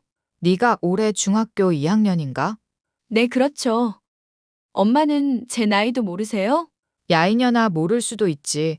그나저나 넌 독립 안 하냐? 이 나이에 무슨 독립이에요, 갑자기. 제가 독립하길 바라세요? 이제 너도 생각하고 스스로 행동할 줄 아는 나이잖니? 밥도 해먹을 줄 알고 네가 혼자 씻지를 못해, 먹지를 못해? 그럼 독립해도 되는 거 아니야? 엄마, 독립을 하려면 돈도 있어야 하고, 살 집도 있어야 하고. 그것까진 네가 알아서 해야지. 그래야 진정한 독립이야. 엄마, 정말 너무하세요. 할머니 돌아가신 뒤로 저 너무 방치하시는 거 아니에요? 제가 말을 안 해서 그렇지. 학교에서 학부모 회의나 부모님 참여 수업 말씀드리고 싶어도 저 신경도 안 쓰시고 무슨 말을 해도 안 들으시는데 갑자기 독립까지 하라고 하시면 저 정말 어떻게 해야 해요? 말이 안 통하네. 그건 네가 알아서 해야지. 밑바닥에서부터 배워야 진정한 인생 공부야, 임마. 휴, 시간을 조금 주세요. 꼴의 생각 좀 한다 이거야? 엄마 오늘도 안 들어갈 거니까 알아서 밥 먹고 자고 학교 가라? 귀찮게 하지 말고. 언제는 저 신경이나 쓰셨냐고요. 용돈은 바라지도 않아요. 집에 먹을 게 있어야 뭘 먹죠. 학교 급식으로 대충 때우는 거 몰라요? 그나마 급식비도 할머니가 모아두신 돈으로 나가고 있는 거고. 저에 대해 아는 게 있긴 하세요? 시끄러 이년아. 엄마 삼촌들이랑 놀다 들어가니까 너 알아서 밥 먹든지 해. 그리고 혹여나 이상한 사람들이 찾아와서 돈 달라고 하거든. 엄마 집 나간 지 오래라고 해. 왜요? 엄마 무슨 일 있어요? 그냥 잔말 말고 시키는 대로 해. 뭘 이렇게 캐물어? 암튼 그런 줄 알고 끊는다. 엄마는 제가 생각하고 스스로 행동할 줄 아는 나이가 되었다며 제가 밥을 먹든 잠을 자든 신경을 쓰지 않으셨습니다. 술집을 전전하며 남자들과 어울려 놀았고 그나마 가지고 있던 돈을 한 푼 두 푼 노름을 하며 까먹으셨어요. 결국 공부를 하기에도 먹고 살기에도 빠듯한 형편이 되어버렸고 더 이상 이렇게 살 수는 없어 엄마와 연을 끊고 그대로 집을 나와버렸죠. 아무 연고도 없는 서울로 무작정 올라와 숙식이 가능한 식당에서 일을 시작했고 어렵사리 돈을 모아 고시원 원룸으로 조금씩 집을 넓혀가며 생활하기 시작했어요. 하루에 3만 원 벌기도 힘들었던 게 조금씩 금액도 커지고 악착같이 모으니 제법 돈이 되더라고요. 학업의 뜻이 있었지만 상황 때문에 여의치 않았고 더 늦기 전에 공부라는 걸 해보고 싶어 검정고시를 봤습니다. 그동안 모아둔 돈으로 큰 마음 먹고 학원도 끊고 인터넷 강의도 듣고 잠자는 시간 아껴가며 공부에 전념했어요. 그래서 간호대학에 입학해 전액 장학금을 받았고 운 좋게 졸업하는 것과 동시에 간호사 시험에도 합격해 새로운 인생을 살게 되었죠. 윤서야, 요즘 대학병원에서 근무한다며? 나는 그냥 개인 병원 들어왔어. 규모가 커서 그런지 정신이 하나도 없다. 아직 막내라서 그렇기도 하고 외울 건 왜 이렇게 많은지. 학교랑은 비교가 안 돼. 그래도 할만한가 보다? 힘들다는 말은 안 하네. 너 교수님이 대학원 데리고 가려던 거 왜 거절했어?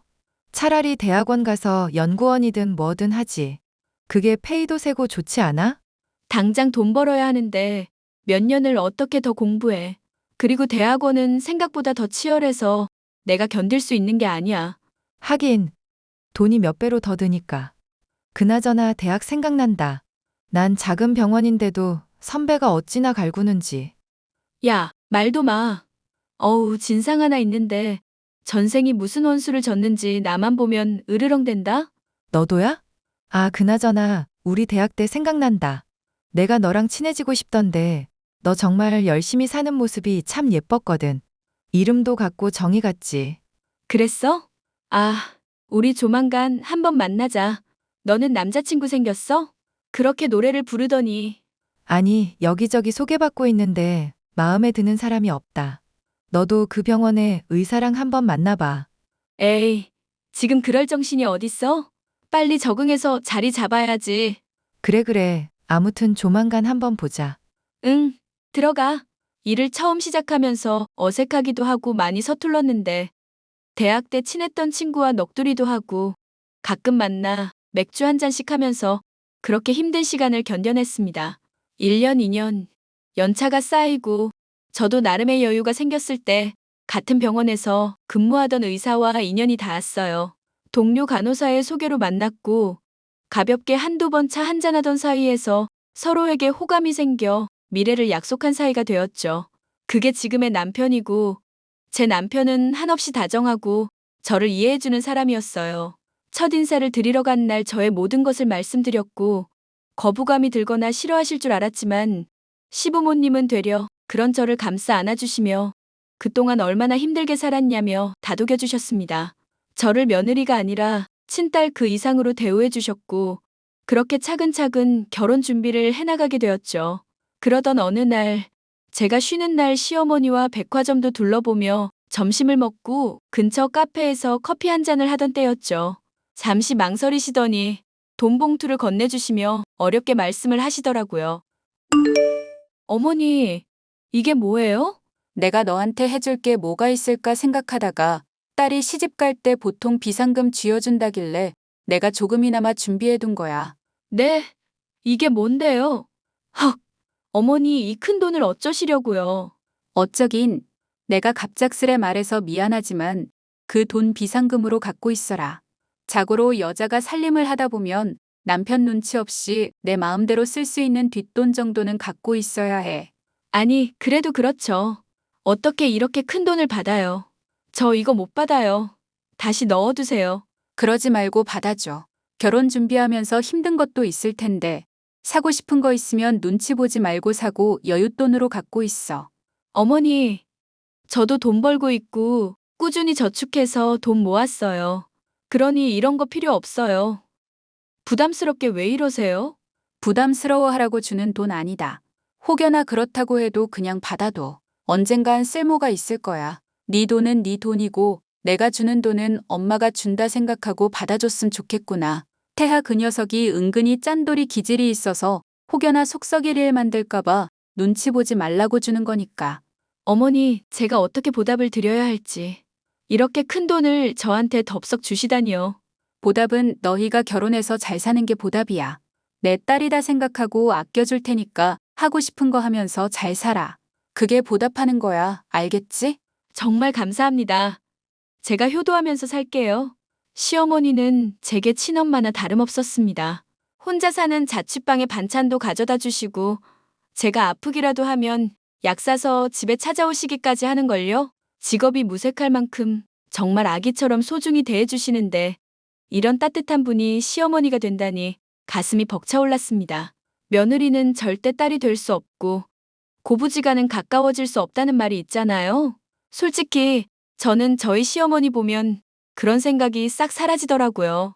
결혼하고 달라질 거라는 주변의 의견도 많았지만 시어머니는 한결같은 분이셨습니다.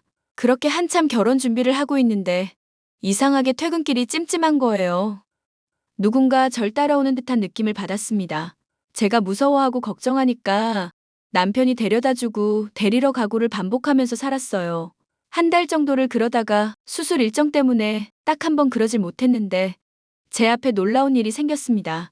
바로 20년 만에 인연을 끊고 살았던 친엄마가 찾아온 거였어요. 어디서 주워 입었는지 잔뜩 해진 옷에 헝클어진 머리카락하며 술 냄새가 진동한 상태였죠.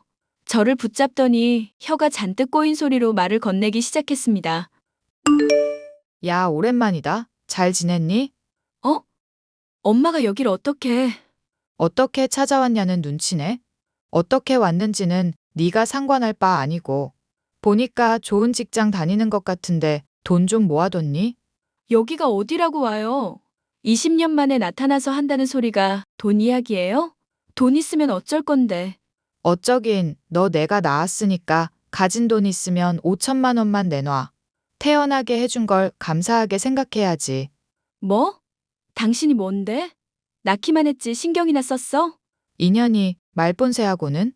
너 엄마한테 누가 그따위로 말하래? 가진 거 있어 없어? 없고요. 있어도 안 줄 거예요. 줄 이유도 없고요. 너 혼자 잘 먹고 잘 살면 다니? 이제는 효도 좀 하고 살아야지. 진짜 어이가 없네요. 몇십 년 만에 나타나서 돈 타령하는 것도 모자라. 이제는 효도까지 하라고?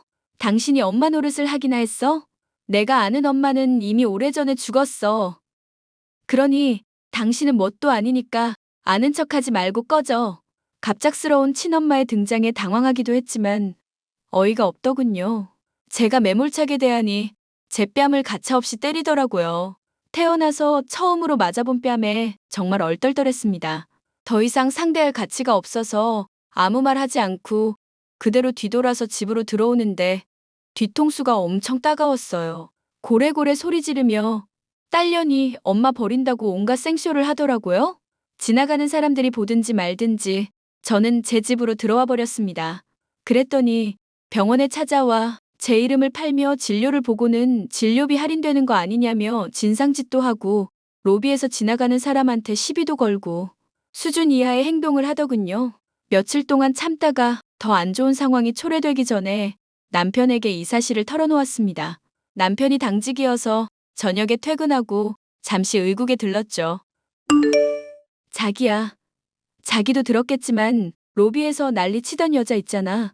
아, 술 냄새 풍긴다던 그 여자? 그 사람 사실 내 친엄마야. 내가 예전에 말했었지? 나랑 인연 끊고 살았다고. 그런데 얼마 전에 갑자기 나 찾아와서는 돈을 요구하더라? 뭐? 그게 사실이야? 그럼 병원에서 난동 부리는 것도 그 이유고? 말로는 제외하네 어쩌네 하는데 내가 보기엔 목적은 돈이야. 내가 보고 싶어서 온 게 아니거든.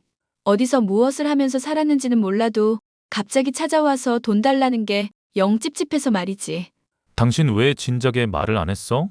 수치스럽기도 하고 식구들한테 안 좋은 모습 보일까봐 겁났어.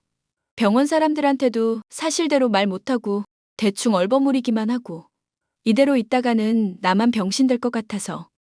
나 어떡하면 좋아? 그런 걱정이라면 하지 않는 게 좋아.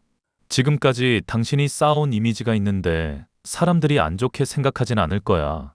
내가 장모님 한번 만나볼게. 뭐? 당신이 엄마를 왜 만나? 그러다 무슨 봉변을 당할 줄 알고. 그래봤자 뭐 어쩌시겠어? 언젠가 한 번은 겪어야 할 일이잖아. 평생 안 보고 살 것도 아니고 정리를 하려면 이참에 해야지. 내가 만나볼 테니까 너무 걱정하지 마. 혹시나 어머님, 아버님 귀에 들어갈까봐 난 그게 더 걱정이야. 내가 소문 안 돌게 잘 정리할게. 그러니까 안심하고 있어. 그렇게 며칠 뒤 남편이 친엄마를 만나고 난 뒤 할 말이 있다며 시어머니와 저를 불렀습니다. 무슨 이야기를 했는지는 모르겠지만 좋은 이야기를 들은 건 아닌 것 같았어요. 심각한 표정으로 이야기하는데 들을수록 민망하고 짜증이 났습니다. 친엄마는 여전히 술과 노름에 빠져 살고 있었고 재혼까지 했었더군요. 물려받은 재산 다 탕진하고 돈 필요해서 저를 찾아온 거였습니다. 그리고 노름판 사람들과 짜고 저를 빌미로 돈을 뜯어내려 했던 정황을 포착했어요. 저를 만나고 난 뒤 그 사람들과 모종의 계획을 세웠더라고요. 어떻게 해서든 돈을 마련하기 위해서요. 남편이 친엄마의 뒷조사를 하면서 미리 알았으니 망정이지. 아무것도 모르고 당할 뻔했습니다.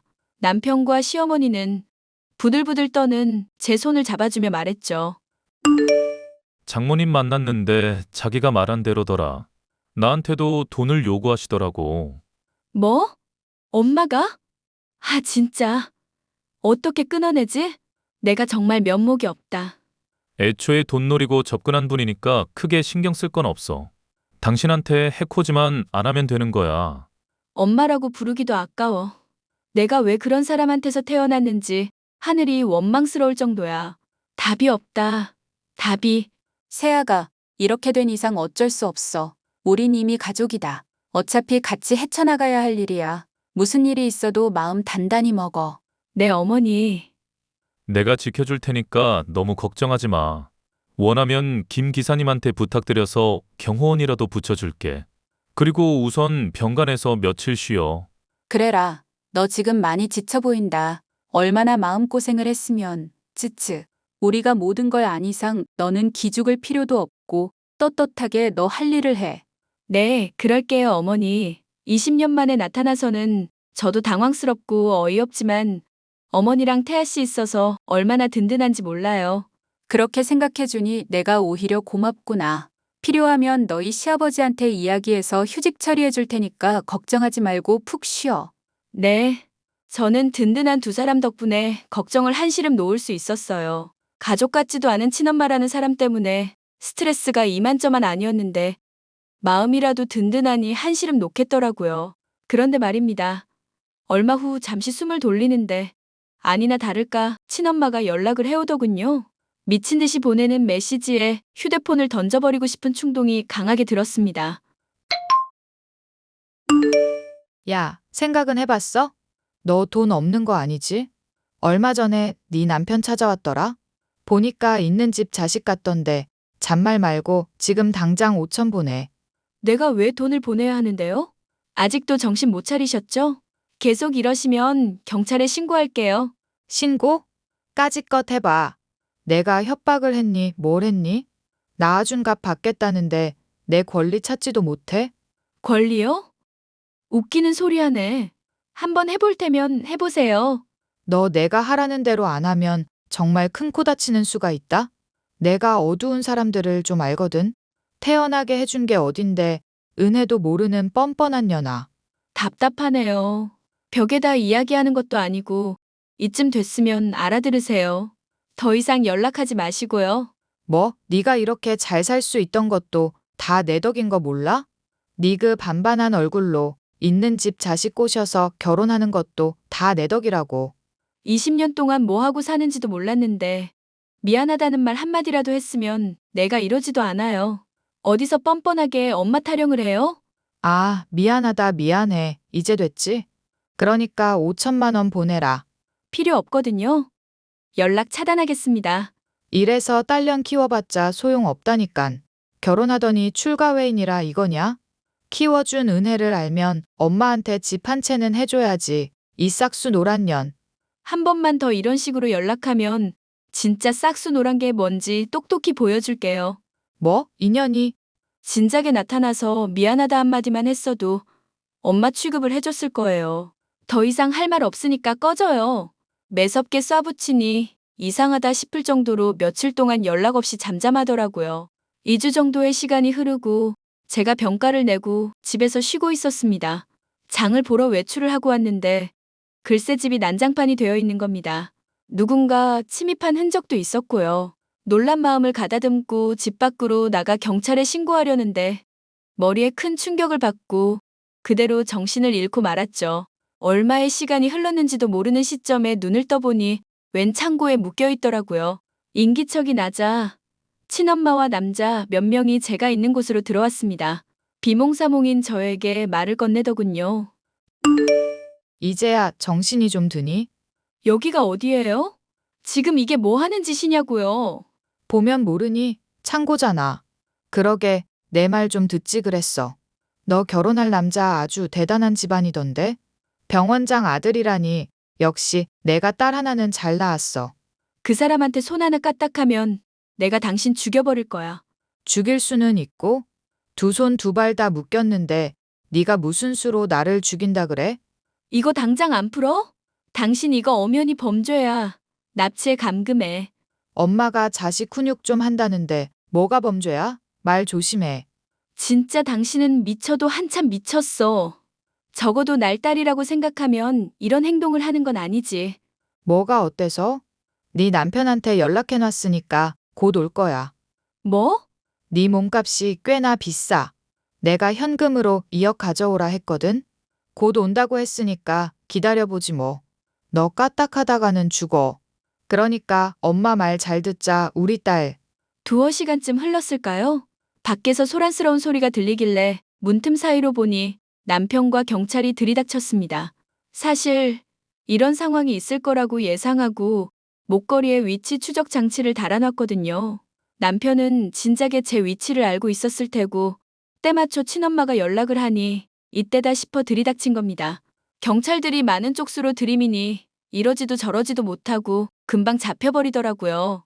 경찰에게 붙잡혀 끌려가는 와중에도 친엄마는 당당하게 소리쳤습니다. 결국 친엄마는 폭행 및 감금죄, 주거침입죄, 협박죄, 사기죄, 상해죄 등 온갖 죄목으로 재판받게 되었어요.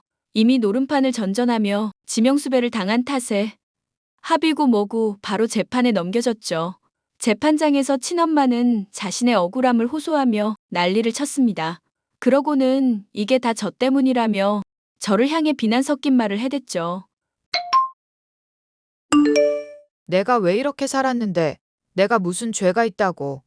죄가 없어? 당신이 존재하는 것 자체가 죄야. 싹수 노란 게 뭔지 보여준다고 했지? 나 낳아줘서 고마워요. 이제 다시는 보지 말자. 너 인연. 내가 널 어떻게 낳았는데 이 엄마를 버려? 버리긴? 20년 전에 이미 날 버린 건 엄마야. 그러니 더 이상 아쉬운 소리 하지 마.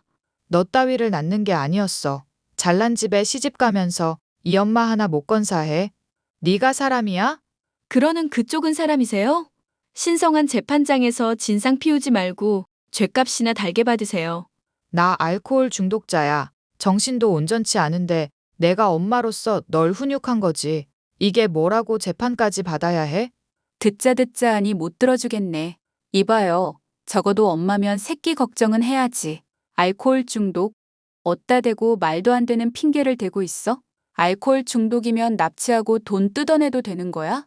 이봐요, 아줌마. 내 딸한테 내가 훈육한다는데 아줌마가 뭔데 참견이야? 말을 바로 하세요. 아줌마 아니고 윤서 시어머니입니다. 그리고 시어머니이기 전에 내 딸로 받아들였어요. 당신 같은 사람은 엄마 자격도 없어. 더 이상 자식 힘들게 하지 말고 지은 죗값 달게 받을 생각이나 해요. 더 할 말 없습니다. 소란 피워서 죄송하고요. 엄마라고 부르는 것도 이제 마지막이네요. 그럼 부디 잘 사세요. 야, 야, 이 미친년이? 낳아준 은혜도 모르는 년아.